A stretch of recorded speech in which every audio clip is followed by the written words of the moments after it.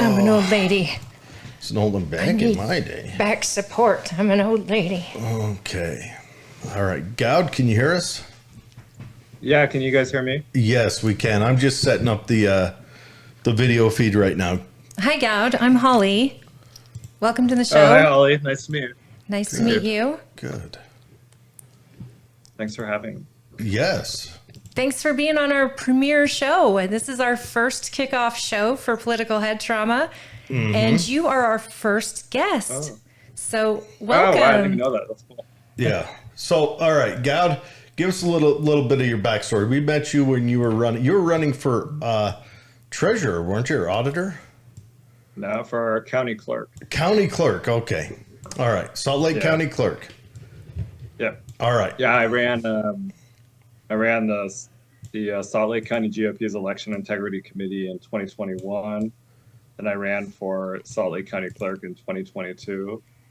After that, I led the Utah Log Cabin Republicans until they were dissolved. We got dissolved though in October through the SEC, or no, we weren't actually officially affiliated with the party, but the national group told me 17 elected officials from Utah contacted them to shut us down. Why? I think because we're more conservative than maybe what they expected. Oh. And they only named two, though. They told us it was Senator Todd Weiler and Council Member Amy Winder-Newton. You're kidding. They didn't tell us the other 15. So, can you tell people what the Log Cabin Republicans are? That's what your group's called, correct? I mean, I love it. I've Not met anymore. No. Are we on the show, right? Yeah, we're on the live. show.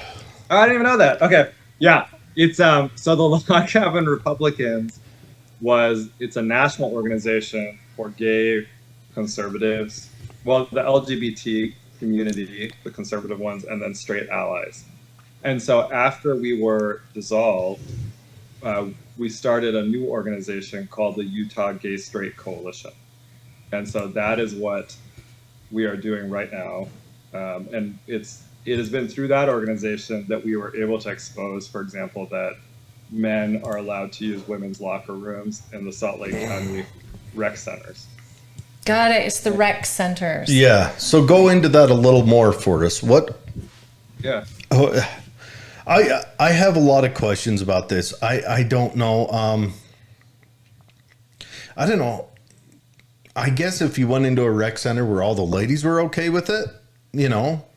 that would be different. But I imagine it also depends on the trans woman. If this is a handsome trans woman, it might go over a little better than if I went in there and started. Or the behavior, perhaps. I mean, if they're not changing in front of children or women and they're being aggressive about it, I think no one would say a word. I think people are pushing the envelope on this, and it's a little terrifying to some people. Yeah. Yeah. We actually have a member, Candace Duncan, and she was brave enough to come forward and talk about. She swims every day, and she had a couple of encounters with men. So this isn't even trans women; it's men in the women's locker room. Just a dude. Just like, I'm gonna go get my swim. I'm gonna get his schwitz, and then I'm gonna go stare at ladies. Like, that's his thing. That's his program. No. Nope. Yeah, nope. And there's that's the normal response, Holly.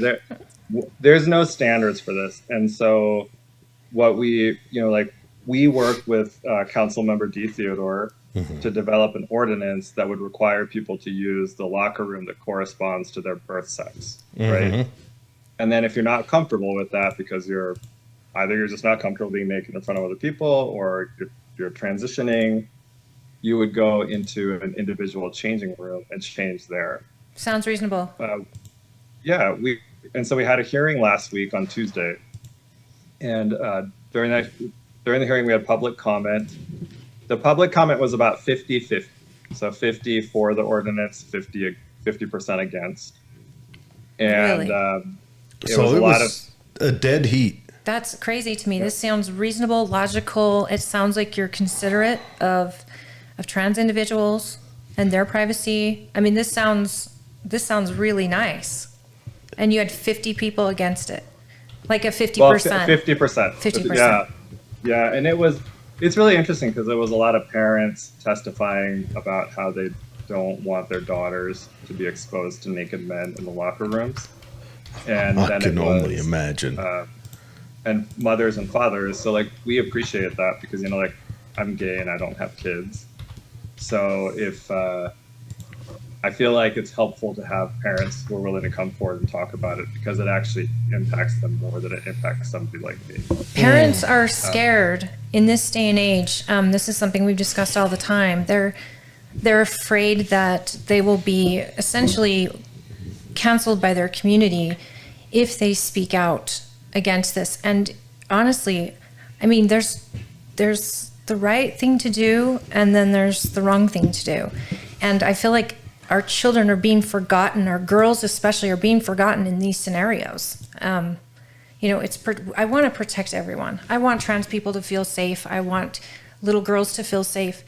But this feels like it's all protecting trans and forgetting little girls and their safety. But if we do that, we can't get a full virtue signal. We can't signify to people that we are good people without doing good works.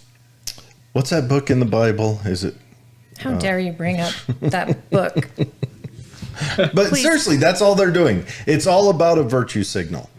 It doesn't matter what they do in the end, as long as the perception they throw out there is we are good people. Look at me, so magnanimous. I allow that dude to, you know, let his freak flag fly in the young ladies' changing room. Hey, you know, look at how good I am. Goud, I'm curious, what members of the council were pushing back on you?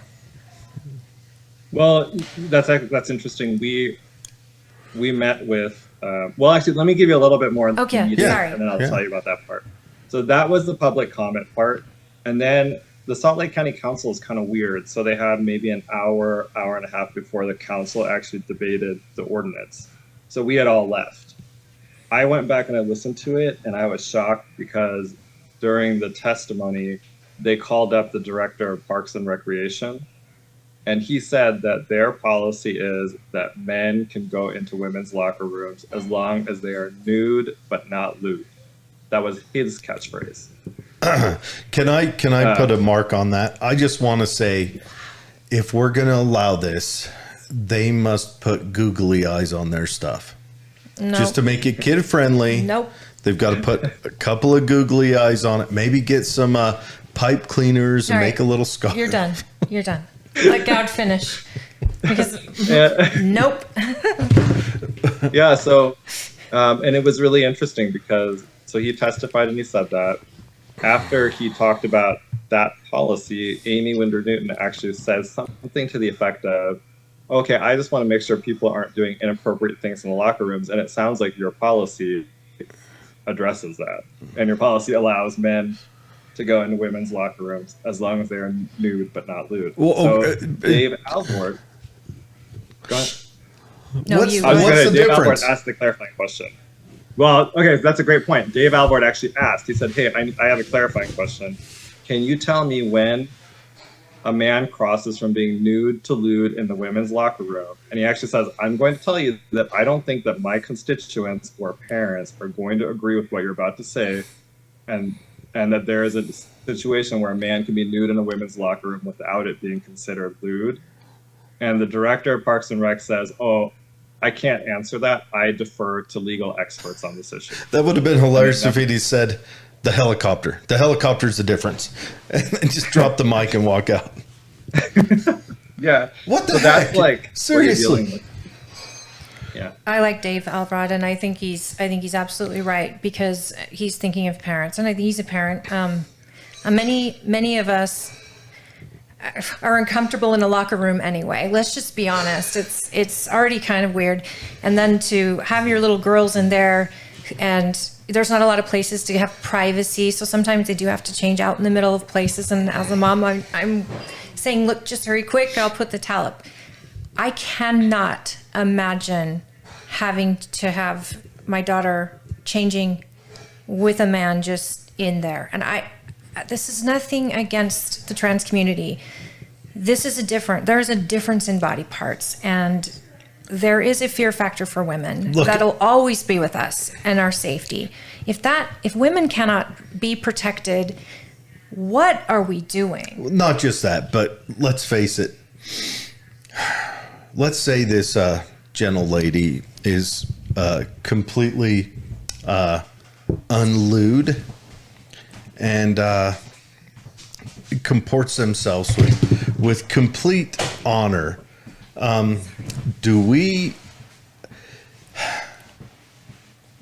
think as a culture, we're trying to request that we maintain the innocence of our young children a little longer, be it a daughter or a son. Yeah. We're trying to maintain that innocence. We're trying to, and innocence is established once they start getting coherent thoughts. That's when, you kind of, keep them from stuff. And then you try to keep that going until the parents decide. And how are you going to drive home that night and answer all of your daughter's questions that she may be having? And she didn't discover this stuff in a safe environment. She didn't discover this stuff in private with a mother. And then how do you control a young child from staring? How do you control that? You know? And so there's my big questions on it. Okay, so Goud, walk us through then. So what happened next? Okay, so then what happens is that they continue the debate a little bit. Candace and I, so she's the one that exposed this, we actually went and met. We reached out to all the council members beforehand. We met with, Dee Theodore, she was a yes. Sheldon Stewart, Dave Alvord, they were all yeses on passing this. We met with Lori Stringham and Ann Granado as well, who's a Democrat. We thought they were both yeses based on our conversation. We met with Suzanne Harrison, and she was cagey. She's a very difficult. She wouldn't answer a straight question about whether she went Matrix on you. Yeah, so unclear. Uh-huh. But I think at the meeting itself, what I got was they're having, part of it was some people thought it should just be a change in policy at Parks and Rec instead of an ordinance. But Lori Stringham is the one that moved to table this ordinance for now, and her argument was they can't afford a lawsuit. And she thinks that someone's going to file a lawsuit if they pass this ordinance. But I'll tell you, I think right now they're putting little girls at risk. So if a girl gets raped or attacked in the locker room, and there are multiple instances of people being let into locker rooms under the guise of trans inclusion, men being allowed, and girls and women getting attacked. Yep, and they said that was only hyperbole. You're only using that as a what if, and the truth is it's happened. And legally, are they prepared for a lawsuit for when it happens to their child? I mean, to be denied going in is one thing, and to sue, but to have an actual attack and at what cost? Here's also a point that probably isn't looked at as much. Maybe you've probably looked at it, but I don't think trans people would want this, because that would muddy their waters with creepos that aren't using googly eyes. Where they're being honest and upright, and they're, let's say I wore a Holly wig and looked like Holly and wandered in there and then did my changing, with the door open and tried to be sneaky about it. Sure, but if I'm a trans lady, trans person, and I'm trying to upkeep and be respectful, and then next thing you got some pervert kicking the door in and giving a woohoo. I mean, right, because trans folks, I don't think they want the attention either. I mean, what they want is to be left alone and to live their lives. And you're right. I mean, if somebody walks in there and they are trans, chances are most of us won't know, because they are protecting their privacy. They're going into a stall and changing. I mean, they're not trying to make anyone uncomfortable. Mm-hmm. That I would think. And just like I wouldn't want to make anyone uncomfortable going into a locker room. It's like being in an elevator. You know, you look straight ahead. There's not a lot of conversation, right? But please go on. Sorry, we're taking you off the rails. I would say that most of the people that testified against the ordinance were actually or appeared to be trans.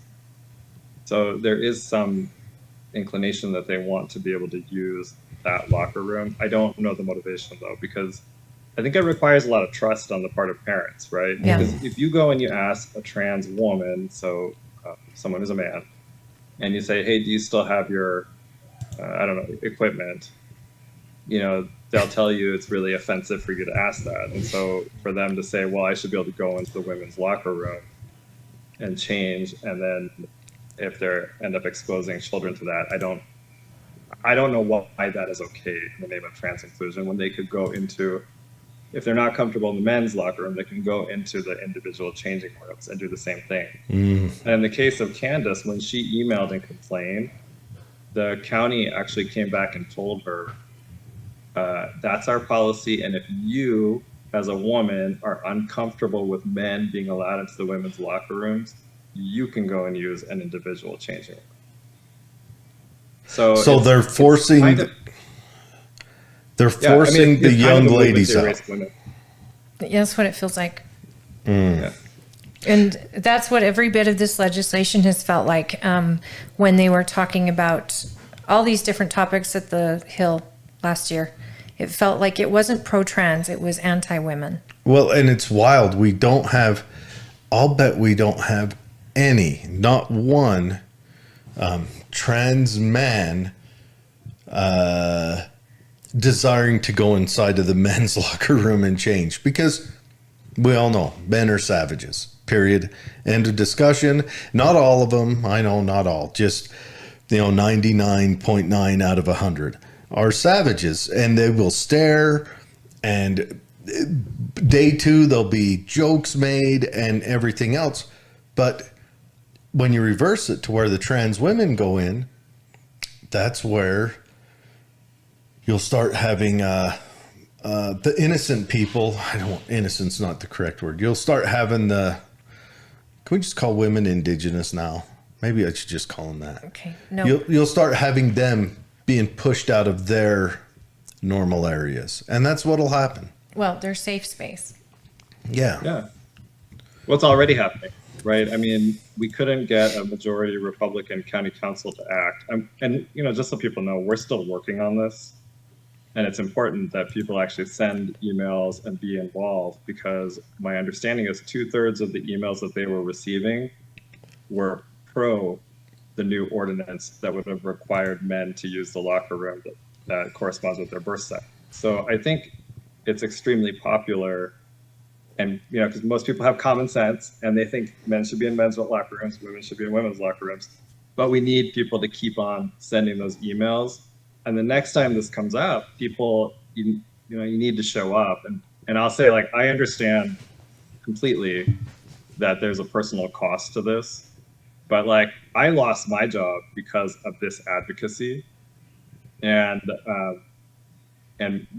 people that go and they'll attack you and stuff. So I understand it, but I think that you have to be willing to stand for what's right, especially if it's about your own kid's safety.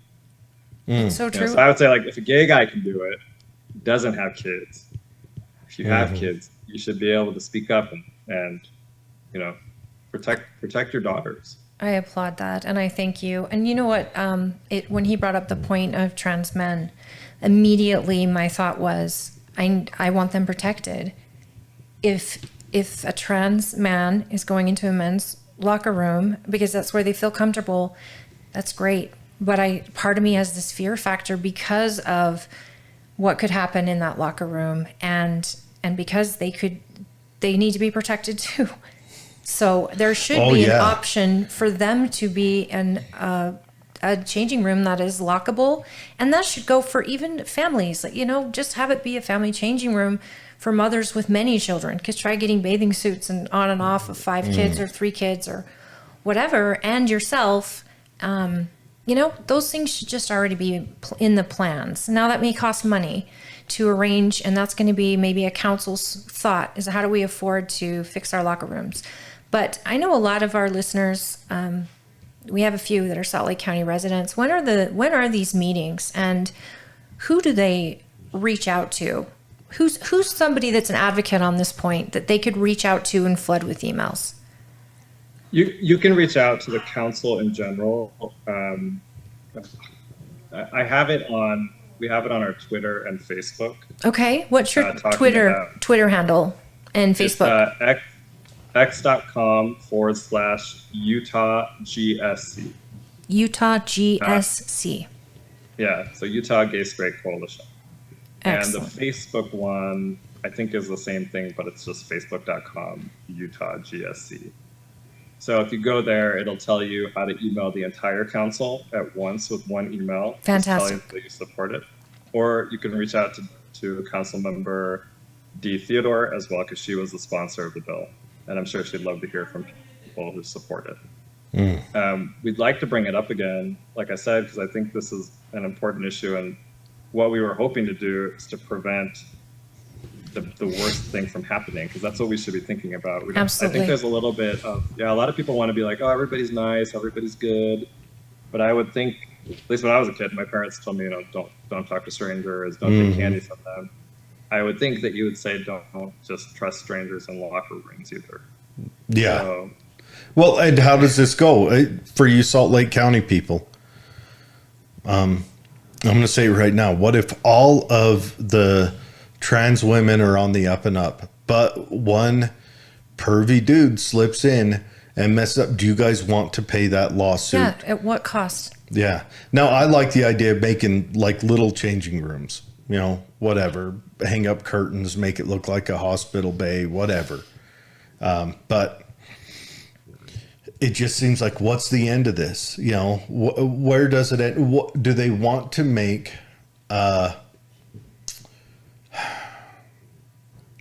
What do they see as a successful end? Do they want to make a homogenized community where nobody's male or female or ambitious or not ambitious, where they all just march in lockstep in one direction all the time, like on George Orwell's book? Everyone wears a gray pantsuit looking like Hillary up there, and I'm wondering, is there legislators that maybe going above the Salt Lake Council or the County Council, are there legislators? Because before session, I'm wondering if there's a bill you could do statewide. Have you looked into that? Are you lobbying the legislature? Yeah, we've been talking to, I think there's a couple legislators that are going to run something. It would be Kira Birkland, I think, has like a women's bill of rights that should include something. And then I also think Phil Lyman has a bill as well that'll do the same thing. So okay, so you're making connections and getting the ball moving. Good. Oh yeah, we've been working. I mean, Candace and I have been working really hard to talk to as many people as we can to try to get this resolved. And the reality is, there's a couple of things. One is, just for clarity, the rec centers right now, I think all but one have individual changing rooms in them. Oh, okay. So so it's already, this isn't even really there's not like a physical problem with it. It's just having a law in place. It's not a financial issue either. You don't have to add them to it. Yeah. Exactly. Well, and also making it so that you got the individual changing rooms, but you don't want the guy in, like, outside of the door of the changing room, naked and being creepy.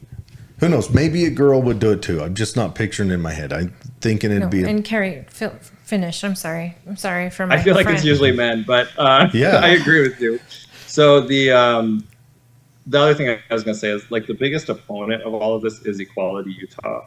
Yeah. And for part of the problem is that we have a lot of Republicans that support them, and like the biggest example of that is our director of families, Amy Winder Newton, who helped them raise $45,000. She helped their PAC raise $45,000 in the spring.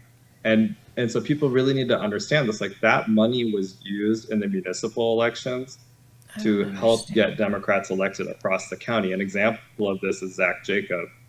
He was endorsed by them. He got $750 from them, and he supports many going into women's locker rooms. When I brought this up with him, he actually told me, "Oh, what's the big deal? Let the people poop." That was his thing. And I was like, well, and I think he has daughters too. So it's really just, it's weird. And we have a lot of that going on. So it's within our own party that some of the problems are popping up, because we have, like, the director of families of the state should be 100% against men going into women's locker rooms. Yeah, 100% pro-family. Yeah, exactly. The opposite is anti-family. So it's a weird, I don't know why she was picked to be the director of families, but like, this to me is the governor should really ask her to go on to other pastures at this point. Well, our governor has faced the same thing on a state level, and it same thing came up. And I'm a Republican, and I ask myself constantly, why is this DEI so important, and why, the diversity and the whatever it stands for, why are Republicans pushing it so hard? Because why is it we're trying to put everybody in a little pretty box and celebrate their individuality at the same time asking them to come together and stand together as one? This is so confusing. And this, for politicians who claim to be conservative, I mean, I know Amy Winder Newton. I think she's an incredible human, and she's a wonderful mother. And, she does a lot of work in the party. I am a little baffled, and I almost want to invite her on the show. I do want to invite her on the show, because I'd love to have you and her on the show. I would like to definitely hear her reasoning, and maybe it's just, oh, well, we're the government for all, so we can't leave anyone out. Okay, but is that a winning argument? You're pushing out the women in your community if you do this. I mean, Kira Birkeland has done this too. I mean, she's been standing up for girls in sports, and the argument with the governor over participation in sports. And the more and more we see little girls getting hurt in sports because they're playing against a boy, it's all coming to fruition, and it was all hyperbole before. And yet Kira has been in sports her whole young and adult life as a referee and as a player. She knows firsthand how dangers can happen. And I applaud her. I applaud Candace for coming out and talking about it. I applaud you for taking on what most moms should be out there fighting. And you don't have to be a parent to want to protect kids, and you're living proof of that. Mm-hmm. You just have to be a good human being. Mm-hmm. So thank you. And thanks for being on today and sharing this with us. We've got a lot of research to do. Yeah. Are you going to run again for any office? We'll see. We'll see. It's all, like, when I ran for clerk, it was because there was a calling for it, right? Mm-hmm. Like, I had done this work, I understood the election system, so I'd have to think there was some sort of a calling. I think, right now, I've been doing a lot of work to try to help get this radical trans agenda we've got to get it under control. Because like all the points you just brought up, Holly, the sports issue, the bathroom issue, the pornographic books in schools still hasn't been resolved. And I think part of, and the other one is this, like, in our schools, they can participate in transing your children. So change your child's name, pronouns. It's grooming. Keep it a secret from you. Yeah, secret. Keep it a secret. And like, if your child has those issues as a parent, like, you need to know about that right away so you can go and get them help to become comfortable in their birth sex. Like, we do not want children transitioning. 5 years ago, this was called a mental illness. And these kids feel like they're born in the wrong body. I can't imagine a bigger hell than that. And they need to be talking to someone that is a professional, and the parents need to know. My issue with it is when teachers take it upon themselves to adjudicate these things, they're forgetting that the teacher has them 8 hours a day. We'll give them some leverage there. The parents feed them every night, feed them every morning, provide the roof, provide the medical care, provide the bed and everything else. And well, the parents created these beings, and these beings mean more to them than their own lives. And hopeful. And what's sad is there's not a million. I mean, not every parent is a great parent. I have to say, there's a reason teachers feel like they need to protect kids sometimes from their parents. I'm not discounting that, but there is, but there's steps to do that. You do that through Yes. law enforcement. You don't do that through the Department of Education, which, I mean, as much as the Department of Education is a super success and they've only done good things in this world, and Yep. and they've only made us our, we're whatever, but that's not where it should be done. And yes, there will be trans kids whose parents don't support that, but it's not like the teacher's going to take them on and provide them health insurance and a roof and a home and a warm bed. That's the parents' purview. And if the parents break that contract, then the law enforcement gets involved. Well, a lot of times they use the gay community to push this stuff. So that's what my question was going to be to you. I wanted you to dish, like, how is it to be a part of the LGBTQ community and have all of this jumping on with you? Okay, gay men and women have fought for decades for equality, to just equality. And it's been forever, and they had to be closeted and they had to be quiet and they were scared. And there was an actual danger to many of them, a physical danger. Here we are. They've made it. And I think it's a Dave Chappelle episode or joke where he's like, you got the gays and the lesbians in the front seat and the trans is picking a ride in the back. And all of a sudden they're making all these waves and you're getting lumped into that and she's getting lumped into that. And all your work, it's now at the forefront where people are going. I wonder, do you feel like you get lumped in to some of this craziness? Because you standing up is quite exceptional. A lot of people are just staying quiet. Yeah, no, 100%. I mean, the thing is like, as a gay man today, you don't really need anything. So, a lot of people want a gay marriage. We have it. You can live a totally normal life. I live in Riverton on a 1/4 acre lot. All my neighbors I think most of them are active LDS members. They go to the ward every weekend. I'm an integral part of the community. They don't treat me any different or not mean to me because I'm gay. Like, I have a totally normal life. And I think that's open to every gay man and woman in the country.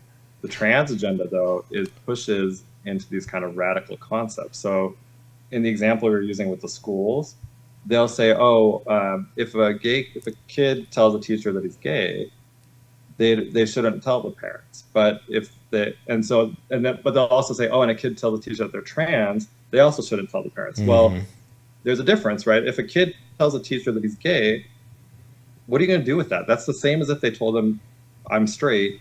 Yeah. The standards are the same now, right? Are you making out with someone in the hallway that I have to tell your parents about it? Are you trying to hook up in the bathroom? I think they just need to be held to the same standard. There's no disclosure needed. Right. Yeah, I'm gay. I don't care. You need to learn to multiply. Sit your butt down. Right. Exactly. That's it. No, and I'm wondering if we'll ever find parity in the trans community with how the gay and lesbian community have found parity where the trans community is physically a different gender. And I guess post operations parity would be easier to find, but pre operations, can that be something where they can enter into a locker room ever? Will that ever be something that could be normalized easy? Where post operation, not a problem. They got the mechanical parts. The undercarriage matches the rest of the garage. Head on in. But when it doesn't, how do you right that wrong? How do you square that? Yeah, I mean, that's when you need to have these clear rules, though, right? Mm-hmm. I mean, like I said earlier, if you ask a trans woman, do you still have your equipment, your male equipment? They'll tell you it's offensive to ask the question. Well, so if I can't ask the question, then I think we just need a clear rule saying, right. And then it's based on people complaining. So if you are a trans woman who has gone through everything, you got rid of your male equipment, the twig and giggle berries, yeah, exactly. Then, you go into the locker room and nobody cares. Yeah, then you're good to go. Like, it's not a big deal. But, if you still got it all, you go in there and people see that and they complain, then that's when the problem comes up. And that's how the ordinance was actually designed. It's not designed. What the left always says is, if you're trying to do genital inspections before you go in. I had a guy on Twitter saying to me, "Oh, well, how would you feel if they're inspecting you? You look, I'm not sure if you're a man." So I was like, okay, look, I'll meet you at any rec center if you want to check if I'm a man and do whatever testing you do. But that's not what the ordinance actually says. The ordinance says if you go into the locker room and someone complains, that's when the staff has to get involved. They're not doing pre-checks on everyone that goes in. And also with this vague lewd or nude but not lewd, that leaves it up to interpretation of whatever mother's in there. So now I think they need to do it like they do at the border. They got the one officer asking you questions. Another one is doing the the thermal imaging gun. Another one has the mirror on a stick. You mean like the TSA? Yeah, like the TSA. He's looking under the skirt. No, you're right. Yeah. It comes down to complaints, and eventually people will be too scared to even do that. The trans have to know that is going to open them up for a whole bunch of problems. Because, that complaint may not be taken serious by the county, but what if it's taken serious by law enforcement? Or the father of a little child. Or the father. God forbid the father, because if this man can be in the locker room, then my little girl's dad can go into the locker room with her. And then what? Where does this end? And you're right. A policy that is clear. And I know they give driver's licenses to people transitioning. I think you can change your sex on your driver's license. Maybe policy has to go all the way there, where you actually have to prove you've transitioned before you can put male or female on your driver's license. And I don't mean to be rude to anyone, but at least something like that could stop at the door at a rec center to know which locker room you go in when you sign up for your membership. Again, I just want people to be safe. I want trans people to be safe as much as I want little kids to be safe. Yeah. But I think if our country can't even protect our little ones from growing up so quickly, you're right. Sex shouldn't even be discussed at school, whether it's gay or straight. Nobody cares. You're a kid. You're supposed to be playing games with your friends. And teachers should never be discussing it, no matter what age you get in school. It's not for it. But you just to finish on that one point, though, is on the issue of the gay kid tells the teacher that he's gay, there's no need for the teacher to tell the parents. But if a kid tells a teacher, I want to change my name, I want to use different pronouns, has any indications of gender dysphoria, I actually think the parents need to be informed right away so that they can get 100%. The child appropriate treatment to help them become comfortable in their sex. Plus, if the teacher doesn't tell you that, or the administrators, they're actively lying to you about what is going on with the child at school. And under our current law, they only have to tell you after they change a written education record. So there's a lot of stuff you can do before you get to that point. Here's another thing. How does this go if you're moving along with your kid? They're 2 years into it at school, being the other gender. You're at home treating them like they're their birth gender. Yeah, you're only hurting them. Probably doing a little well mentally at that time, I imagine you better put razor blades on top of the fridge. No, Don't I know. Leave them in the junk drawer. Suicide rate for trans kids is really high. Mm-hmm. And that's, again, if mom and dad don't know this child is suffering from this challenge in their life, how do they help? And how many parents are finding out after their child has hurt themselves? That scares the hell out of me. This is, Okay, we have to have you on again, Goud. And I really, and it was a great talk when me and Dave had him on. Goud was a great conversation then, and the outreach you did. I'm not a Republican, but the outreach you did for the Republicans during the Pride Parade, I think, is excellent. But thanks. Thank you. No, thank you. We got to have you in studio next time. Yeah. And that'd be great. I'd love to come on. Yeah. See if we can get some more information. And we want to know what's happening with this deal as you follow through. And how can people get in touch with you? Just one more time. Do you want people to contact you personally to get more information? Or are you posting this constantly on the Gay Straight Coalition?